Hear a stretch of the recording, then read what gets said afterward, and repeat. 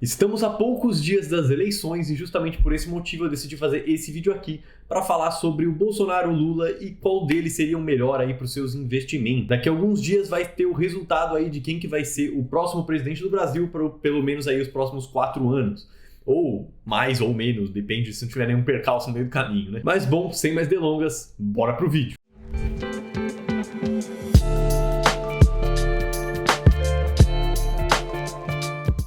Fala gente, tudo tranquilo? Sejam bem-vindos a mais esse vídeo aqui. E bom, antes de começar, eu só quero já pedir para vocês deixarem seu like, se inscreverem no canal, ativar o sininho para não perder nenhuma notificação e também me seguir em todas as redes sociais que estão aqui na descrição do vídeo. E como é importante de ressaltar antes de propriamente começar a falar, né, sobre o que eu quero falar, eu gostaria bastante que vocês não se matassem, se degladiassem aqui nos comentários. Porque eu vou dar minha opinião sobre algumas coisas, vou falar sobre outras coisas, vou falar sobre coisas que são objetivas, coisas que são fatos, e tem coisas que também vão ser minha opinião, e é isso aí. Mas o ponto é, eu respeito a opinião de vocês, respeitem a minha opinião, e também, por favor, não se degladiem aí nos comentários, ou se degladiem também, afinal, faz o que vocês quiserem, né? Mas eu não recomendo ficar se degladiando, porque vocês vão estar perdendo tempo discutindo com alguém que não vai mudar de opinião se você xingar ela. É muito mais fácil de alguém mudar de opinião caso você explique pra ela tranquilamente qualquer tipo de coisa do que você chega com 2 pés no peito xingando ela e qualquer coisa desse tipo. Uma coisa é fato, independente do político que ganhar, ele provavelmente não vai cumprir tudo o que ele prometeu. Porque a gente já tem um backtrack aí de vários presidentes diferentes que já prometeram muitas coisas e não cumpriram. E eu não acredito que vá ser diferente. Independente de quem ganhar, eu tenho muita convicção de que nenhum deles vai cumprir tudo que eles estão prometendo, porque muitas são promessas vazias e impossíveis de serem cumpridas. O mercado, no geral, se preocupa principalmente com alguns fatores para justamente precificar os ativos. Um deles é, obviamente, a taxa de juros da economia, né? No nosso caso aqui é a Selic. Para onde que vai a Selic, para conseguir fazer o valuation das empresas, o valuation das coisas no geral que a gente tem aqui, para chegar num determinado preço e os players de mercado atuarem para comprar ou vender de acordo com aquilo que eles modelam. Geralmente, quando se vê uma taxa de juros mais baixa, você vê um movimento ao contrário acontecendo no mercado, porque você vai ter mais estímulo econômico para crescer, para as empresas crescerem, poderem pegar dinheiro mais barato, investir e tudo mais. Por conta disso, as coisas acabam subindo. O consumo também, quando você tem uma taxa de juros mais baixa, também é muito maior, porque fica mais barato de tomar crédito, esse tipo de coisa. Mas para a taxa de juros ficar mais barata, para a taxa de juros ficar mais baixa, algumas coisas são bem importantes, como por exemplo a segurança jurídica do país, como por exemplo também a responsabilidade fiscal dos players atuantes aí na política. Esse tipo de coisa é muito importante para os players de mercado poderem precificar para onde vai a taxa de juros futura, que é justamente de onde eles se baseiam para tomar decisões de compra ou venda de ativos e fazer o mercado subir ou cair. Então esses fatores que eu citei são bastante determinantes e relevantes. Responsabilidade fiscal, segurança jurídica, estabilidade política, esse tipo de coisa é muito importante para os players de mercado poderem precificar a taxa de juros. Caso você queira saber o que eu estou falando exatamente, no mercado você tem uma coisa chamada de mercado futuro. Esse mercado futuro é justamente a previsão do mercado, previsão entre aspas do mercado, de para onde vai determinado ativo num determinado período de tempo. Então você tem, por exemplo, lá o DI1F 27, 28, 26, que são justamente as taxas de juros previstas pelo mercado em determinados anos. Você tem desde a taxa de juros mais curta até a taxa de juros mais longa. Você vai ter desde a DI1F 23, né, do ano, porque como que vai estar no próximo ano, até F27, 28, 29, lá para frente. São as taxas de juros um pouco mais longas. E o mercado sempre prefere alguma coisa que é mais previsível do que uma coisa que é mais imprevisível. Justamente porque uma coisa mais previsível é mais fácil de modelar e saber para onde que vai, para o que vai acontecer, como que vai se comportar a taxa de juros, como que vai se comportar aquela pessoa e tudo mais. Isso é um ponto que, querendo ou não, é mais positivo pro lado do Bolsonaro, porque ele já era o presidente e a gente já sabe qual que é a equipe econômica, esse tipo de coisa. Enquanto isso, do lado do Lula, apesar dele já ter sido presidente, tem um pequeno problema, que é o fato de que ele não divulgou qual que vai ser a equipe econômica dele, pelo menos até a data de gravação desse vídeo. Estou gravando aqui no dia 26. Então, ele não divulgou ainda qual que é a equipe econômica dele, então é um fator imprevisível, por isso que o mercado acaba se comportando e acaba reagindo melhor ao Bolsonaro do que ao Lula. Pelo menos enquanto saem as pesquisas. Conforme as pesquisas vão saindo, fica claro e evidente que o mercado tem um player favorito ali, porque um é mais previsível do que o outro, não necessariamente por um favoritismo por outras questões, mas muito mais por conta da previsibilidade que um candidato tem em relação ao outro. Só que tem outro fator importante também, que muita gente deixa de considerar por simplesmente ter uma visão política e não uma visão analítica sobre a situação. O fato é que, se o Lula chegar e anunciar o Henrique Meirelles, por exemplo, como ministro da Fazenda dele, e anunciar, por exemplo, o Ilan como presidente do Banco Central, são figuras que vocês podem não conhecer, podem nunca ter ouvido falar, mas são figuras que são muito amadas pelo mercado também, e já tiveram ao lado do Lula já em situações. Então, justamente porque são pessoas que são responsáveis fiscalmente, são pessoas que têm uma responsabilidade fiscal, são pessoas que têm uma vivência de mercado muito grande, pessoas que não costumam fazer loucuras estando em posições como essa. Então o mercado, caso seja anunciado, essas pessoas provavelmente vai reagir muito bem também. E isso independente de visão ideológica ou qualquer coisa, porque particularmente eu não gosto muito de nenhum dos dois. Eu não sou pró-Lula, não sou pró-Bolsonaro, eu particularmente tenho uma visão bem neutra nesse aspecto, eu prefiro fazer análises frias, isolando fatores ideológicos, político-ideológicos da jogada, porque você vai perder dinheiro se você colocar esses fatores na frente de fatores racionais. Então é muito melhor você ter uma análise fria da situação do que uma análise quente, cheia de achismo sobre um, achismo sobre o outro e coisas que não são reais.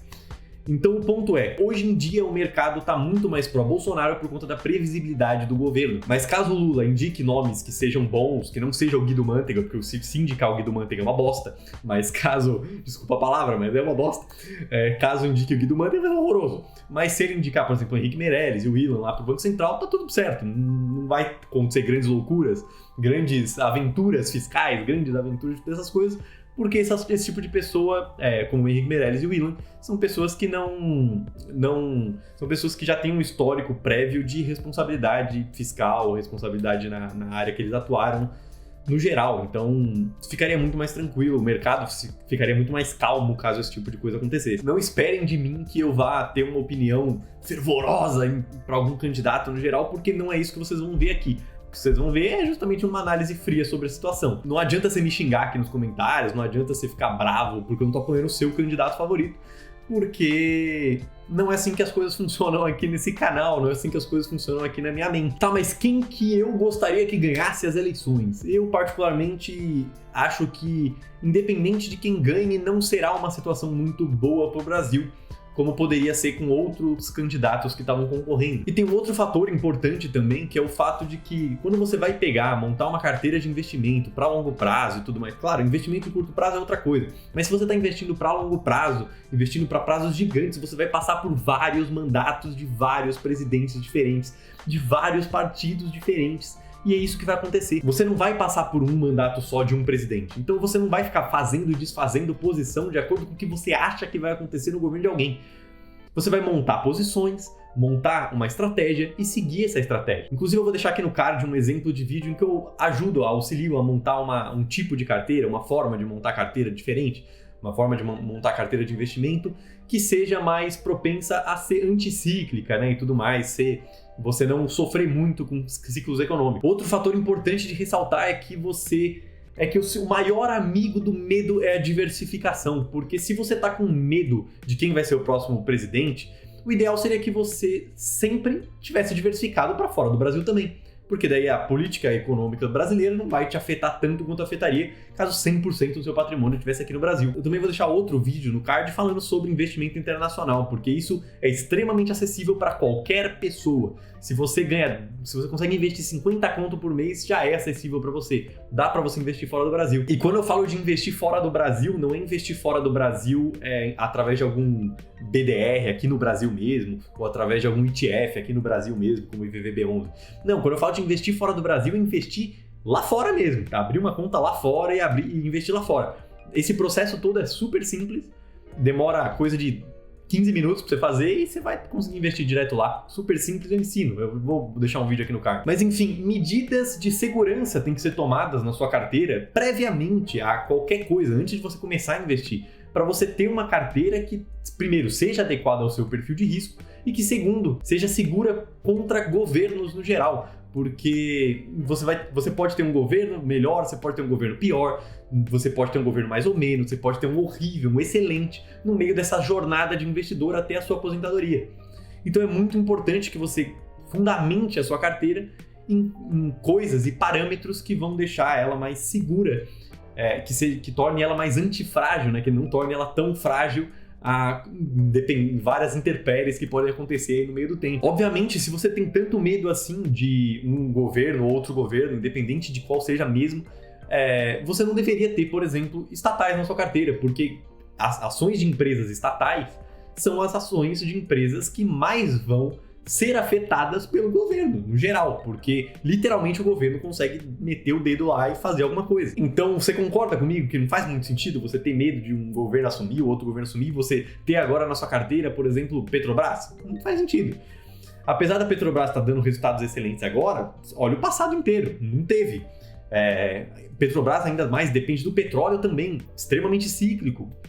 Então, para um longo prazo, numa carteira que você não vai ficar mexendo muito e tudo mais, não faz sentido você ter esse tipo de empresa na sua carteira.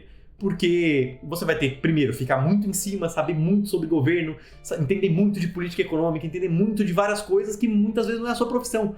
A sua profissão provavelmente é outra coisa. Você, por exemplo, você é médico, você é dentista, você é advogado, ou você qualquer pessoa no geral, com qualquer outro tipo de profissão, você não deveria estar se preocupando excessivamente com isso aqui. Você deveria estar se preocupando excessivamente com o seu trabalho, melhorar nele, ganhar mais dinheiro para poder aportar na sua carteira. Obviamente, investir tem que ser uma preocupação sua, mas não ao ponto de você ter que se tornar um especialista naquela coisa, porque não é a sua profissão, é a minha.